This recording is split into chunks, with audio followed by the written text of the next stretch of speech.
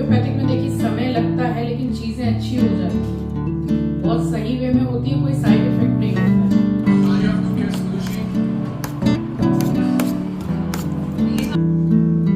Urine के जगह पर बहुत खुजली महसूस हो रही थी, ईचिंग हो रही थी बहुत ही ज्यादा।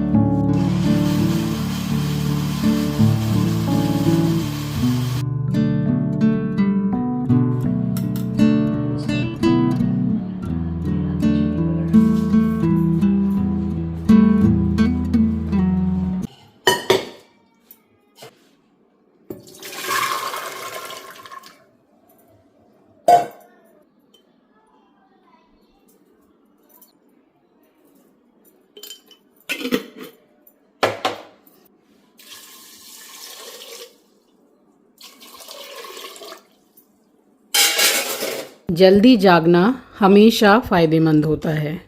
यहाँ जागने से सिर्फ हमारी नींद से मतलब नहीं है मेरा, तो फिर चाहे वो हमारी नींद हो, अहम हो, वहम हो या फिर हमारा सोया हुआ ज़मीर, जितनी जल्दी जागेंगे उतनी ही जल्दी अपनी आँखों के सामने सवेरा पाएंगे। इसलिए जागना बहुत ज़रूरी है और वो भी जल्दी। सीटियों पे सीटियाँ लग रही। इसमें मैंने खाने का सोडा डाला नहीं है, वरना इतनी सीटियाँ लगाने की ज़रूरत नहीं पड़ती। नहा ली हूँ, आज इस रूम में रेडी हुई हूँ। वहाँ आंचल और एस्ट्रो सो रहे हैं, डिस्टर्ब होगा उनको। मेरा एस्ट्रो तो अपने बिस्तर से उठ के और खिड़की में जो जगह है ना वहाँ सो रहा है धूप में, गर्मी में सो रहा है धूप में, और उठाएंगे तो गुस्से में घुर्राएगा। उसकी जहां मर्जी उठ के सोता है।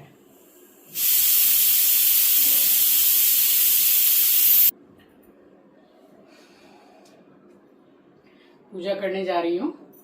चलिए, सुबह का समय है। आप सभी को सुबह की राम राम जी, सुप्रभात, गुड मॉर्निंग। पूजा कर लूँ, फिर आराम से बात करूंगी। सीटियाँ ढेर सारी लग गई है। स्वागत करती हूँ आप सभी का आपके अपने चैनल द लाइफस्टाइल टेल्स में। आप अपना इतना कीमती वक्त निकालकर मुझसे मिलने आते हैं, व्लॉग देखने आते हैं, उसके लिए आप सभी का दिल से आभार प्रकट करती हूँ। और सुबह का समय है, पूजा तो हो ही गई थी और यहाँ घुमाने लगी हूँ मैं पूरे घर में धूनी। अब ये वाली जो धूनी है ये संब्रानी कप है, लोबान और गूगल की।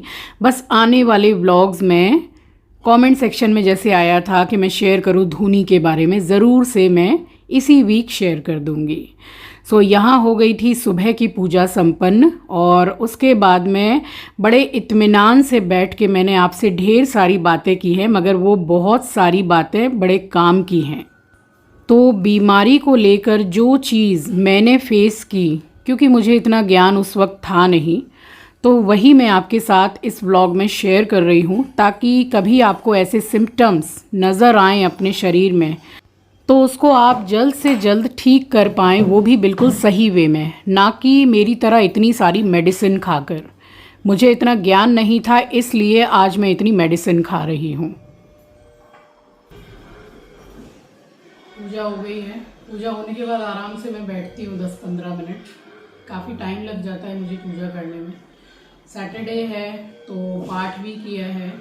अच्छा, कई बार ये कमेंट भी आया है कि आप शनिवार के दिन क्या पाठ करते हैं, तो मैं हनुमान चालीसा का पाठ करती हूँ और संकट मोचन का पाठ करती हूँ, और उसके बाद में आरती करके धूनी दिखा देती हूँ। काफ़ी देर हो गई है, मैं मंदिर में गई और टाइम लगता है मुझे पूजा करने में। आज तो पूरा ड्रॉर वगैरह भी मंदिर का मैंने क्लीन किया।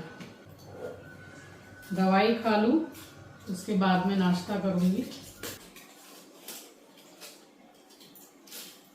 कल ही सारी दवाइयाँ भी मंगाई हैं मैंने। दवाइयों में इतना पैसा जाता है। अब जो दवाइयाँ शुरू हो गई हैं, बस उसमें ज़्यादा से ज़्यादा क्या होता है, उसमें ज़्यादा से ज़्यादा ये होता है कि रिपोर्ट ज़्यादा अच्छी है तो दवाई का पावर कम हो जाता है, और रिपोर्ट अगर बढ़िया आई है तो पावर बढ़ जाता है। बट ट्राई यही करती हूँ कि रिपोर्ट अच्छी आए ईश्वर की कृपा से अच्छी ही आती है, बट वही है कि दवाई बंद तो नहीं होती है, एक बार चालू हो जाए तो हो जाए। बट आपको पता है, जब मुझे डायबिटीज डिटेक्ट हुआ था उस टाइम इतनी अक्ल नहीं थी। जैसे आज मेरी आंचल मुझे बोलती है कि मम्मी कोई भी चीज़ की अगर प्रॉब्लम होती है तो उसको आयुर्वेद या फिर होम्योपैथिक में उसका इलाज करवाया कीजिए, एलोपैथिक नहीं। तो ये क्या है कि ये करवाने से, होम्योपैथिक में देखिए समय लगता है लेकिन चीज़ें अच्छी हो जाती हैं, बहुत सही वे में होती है, कोई साइड इफेक्ट नहीं होता है।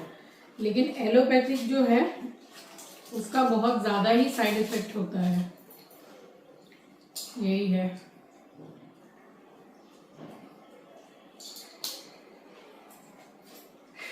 तो जब मुझे डायबिटीज़ डिटेक्ट हुआ था तो मैं रिपोर्ट देख के डर गई थी।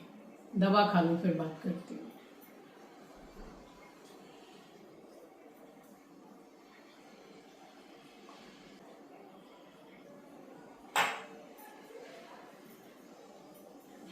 तो मैं क्या बोल रही थी कि जब मुझे डायबिटीज़ डिटेक्ट हुआ तो रिपोर्ट देख के मैं डर गई थी।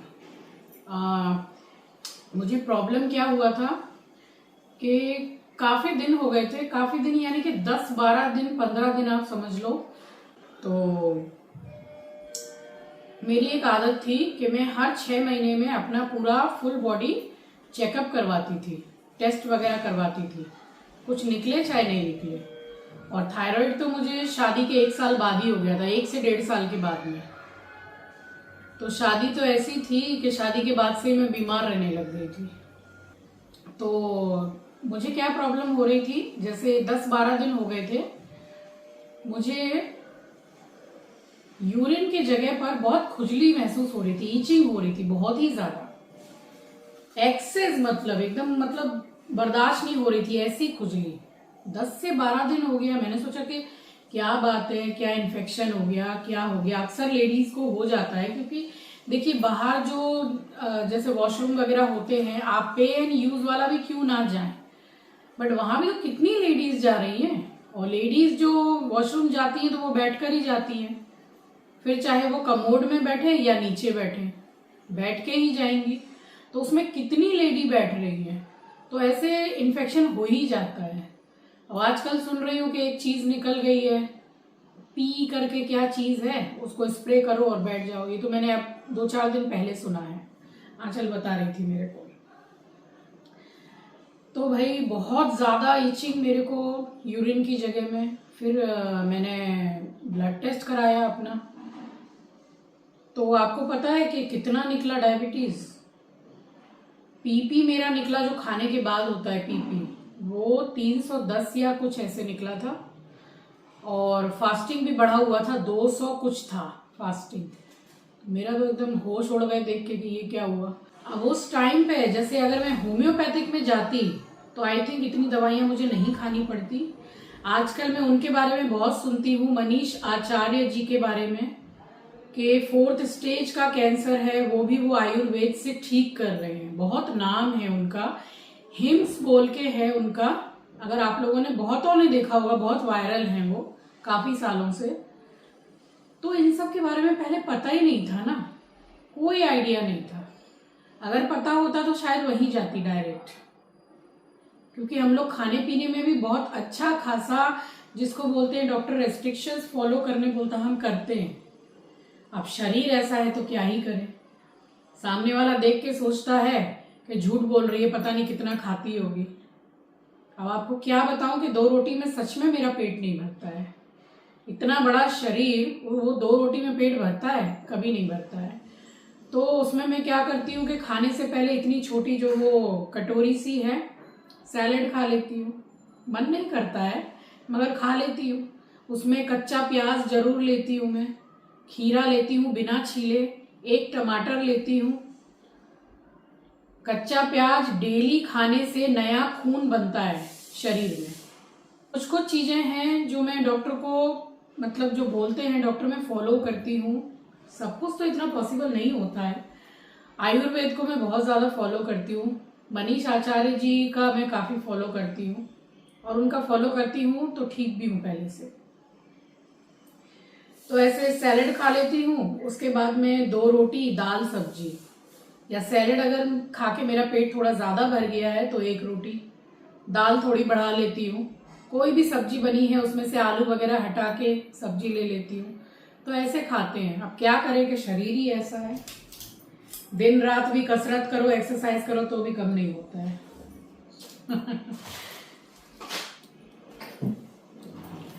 अब नाश्ता करूंगी। छोले मैंने सीटियां तो अच्छी खासी लगा दी है,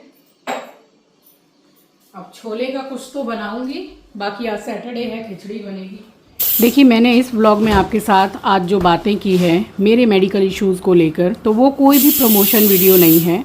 मैं आयुर्वेदा पे बहुत ज़्यादा ट्रस्ट करती हूँ और वाकई में आयुर्वेद में इतनी क्षमता है कि शरीर के किसी भी रोग को बहुत ही सही वे में, फिर चाहे थोड़ा समय लगे मगर सही कर देता है।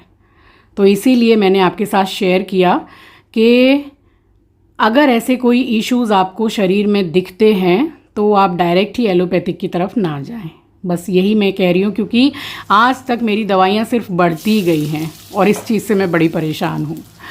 बस नाश्ता वगैरह करके मैंने आंवला का जूस बनाया मेरी बेटी के लिए, और यहाँ मैंने चढ़ाए छोले बनने के लिए। तो सरसों का तेल गर्म हो गया, 2 तेज़ पत्ता डाला है, 2 से 3 मैंने मीडियम साइज़ की लंबाई में कट कर ली है प्याज, वो डाली है, साथ के साथ ही टमाटर और कुछ रूटीन के मसाले डाले हैं, नमक डाला है, और इसको थोड़ा सा सॉफ्ट हो जाने दूंगी, थोड़ा क्या पूरा ही सॉफ्ट हो जाने दूंगी, और थोड़ी देर के लिए इसको ढक दूंगी मैं, ताकि टमाटर अच्छी तरह से सॉफ्ट हो जाए। और इसको पूरा उसके बाद में मैं टमाटर को मैश कर दूंगी। तो ये बहुत ही जल्दी हो जाता है, क्योंकि इसमें थोड़ा सा नमक डाल दो तो बहुत ही जल्दी सॉफ्ट हो जाता है ये।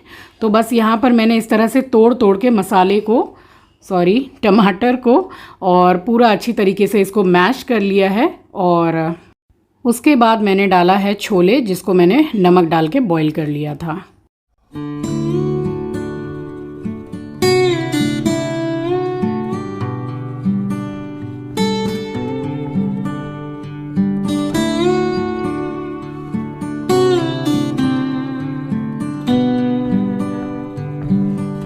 छोले बहुत ही अच्छी तरह से गल गए हैं, और कुछ मैंने छोले निकाल लिए थे, 1 कटोरी छोले करीब, उसको मैंने मैश करके डाला है। उससे ग्रेवी का टेक्सचर बहुत ही अच्छा आता है और एक लिसलिसापन आ जाता है। 1 से 1.5 इंच अदरक का टुकड़ा मैंने घिस के डाला है, इसका टेस्ट इसमें बहुत अच्छा आता है, इसको बिल्कुल भी स्किप मत कीजिएगा। साथ ही डाल रही हूँ थोड़ी सी कसूरी मेथी, और इसका भी टेस्ट इसमें बहुत अच्छा आता है। तो थोड़ी देर जब पकेगा ना, मतलब ग्रेवी जब बॉईल होगी, तो कसूरी मेथी की खुशबू बहुत अच्छे से मिक्स हो जाती है इसमें। और इसमें आप नोटिस कीजिएगा, मैंने छोले मसाला नहीं डाला है। अगर अवेलेबल नहीं हो, और वाकई में सच बताऊं तो मेरे पास अवेलेबल नहीं था, डब्बा था बट वो एक्सपायरी डेट जो होती है वो निकल चुकी थी, तो वो मसाला मैंने फेंक दिया, और बिना छोले मसाले के ही इतना टेस्टी, इतना बेहतरीन बना था। बस ये बन गया है रोटी चावल दोनों में खाने के लिए। अब आप इसको पराठे पूड़ी किसी में भी खा सकते हैं। हरा धनिया डाला है, आप चाहें तो स्किप कर दीजिएगा, बट मुझे ज़्यादा पसंद है इसलिए मैंने डाला है। बस यहाँ बन गया था और खाने का समय हो गया था, और छोले बने, और सबसे पहले मेरी आंचल खाती है क्योंकि उसको छोले बहुत पसंद है। तो खाने का समय तो हो ही गया था बस, और खिचड़ी मैं बना चुकी थी। तो यहाँ आप हमारी सैटरडे स्पेशल दोपहर वाली थाली देख लीजिए। धनिया पुदीने की चटनी है, कटी हुई हरी मिर्च का अचार है, चोखा है आलू का, और मटर डाल के खिचड़ी है, वो भी देसी घी के साथ। और प्याज मैं पूरे गर्मी में खाती हूँ, जैसा मैंने आपको बताया कि कच्चा प्याज खाने से शरीर में खून अच्छा बनता है, तो गर्मी में वैसे भी खाना चाहिए, लू नहीं लगती है। और अब डायरेक्ट ही आपसे मैं रात को मिल रही हूँ, और ये बहुत बड़ा काम यहाँ पर मैंने निपटाया है। बिरयानी मसाला ख़त्म हो गया था, जिससे मेरी फैमिली में सब परेशान हो जाते हैं, स्पेशली मेरे बच्चे परेशान हो जाते हैं, क्योंकि मैं बाहर से बिरयानी मसाला बिल्कुल भी नहीं मंगाती हूँ। मैंने आज तक बिरयानी मसाला बाहर से मंगा के बिरयानी कभी नहीं बनाई है। अच्छा, इसी वीडियो के एंड स्क्रीन पर मैं बिरयानी की रेसिपी वाला वीडियो भी लगा दूंगी, आप वहां से जाके पूरी रेसिपी को चेक कर लीजिएगा। और मैं जो घर पर बिरयानी बनाती हूँ वो बहुत ही इजी वे में बनाती हूँ, तो वीडियो को चेक ज़रूर कर लीजिएगा। बिरयानी मसाला बना रही हूँ, पूरा ही ख़त्म हो गया है। तो इसकी रेसिपी में अगर कोई भी स्टेप इसमें मिस होता है तो मैं एंड स्क्रीन पर इसका पूरा डिटेल में जो मैंने मसाला बताया है वो वीडियो लगा दूँगी, आप देख लीजिएगा।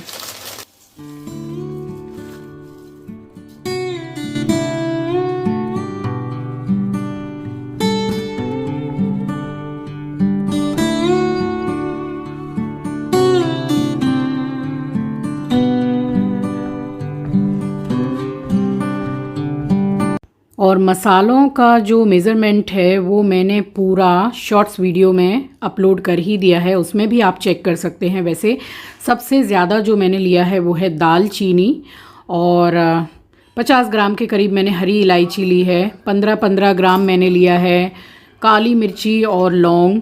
2-4 मैंने लिया है जावित्री, और 4 पीस ही मैंने करीब ये चक्री फूल लिया है। और शाही जीरा मैंने लिया है 20 ग्राम के करीब, और 1 जायफल। अब मुझे इसी टाइम मतलब इसके साथ में डाल के पीसना था, बट मेरे दिमाग से निकल गया और पैकेट भी पीछे ही था। फिर जैसे ही मसाला पूरा पिस गया उसके बाद मैंने थोड़ा सा मसाला मिक्सर ग्राइंडर में लिया है और उसमें जायफल को तोड़ के 1 जायफल को डाला है, और फिर से मैंने अच्छी तरह से मसाला पीस लिया।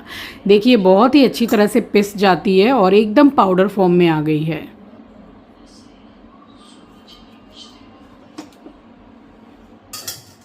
इसमें थोड़ा सा मॉइस्चर था तो मैंने अच्छे से पोंछ लिया है, साफ़ कर लिया है बर्तन, और थोड़ा सा गरम कर दिया है। अब इसमें मॉइस्चर बिल्कुल नहीं है, थोड़ा सा ठंडा हो जाएगा तब डालूँगी।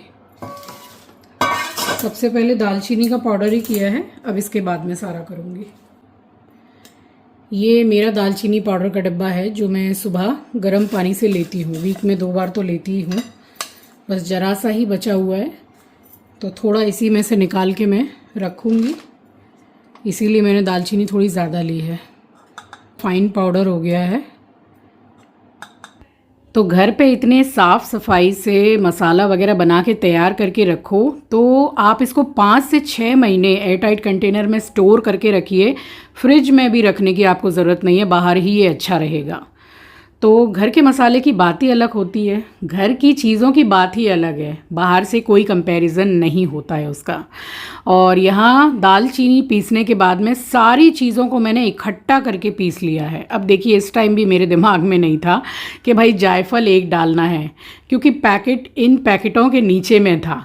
फिर उसके बाद जैसे ही मैं डब्बे में भरूंगी बस मुझे याद आया कि भाई जायफल तो मैंने डाला ही नहीं है। उसके बाद में फिर मैंने जायफल डाल के पीसा है, और ये देखिए ये सारी चीज़ें अच्छे से पिस गई। कोई भी स्टेप अगर इसमें मिस हुआ है तो आप उस वीडियो को चेक कर लीजिएगा।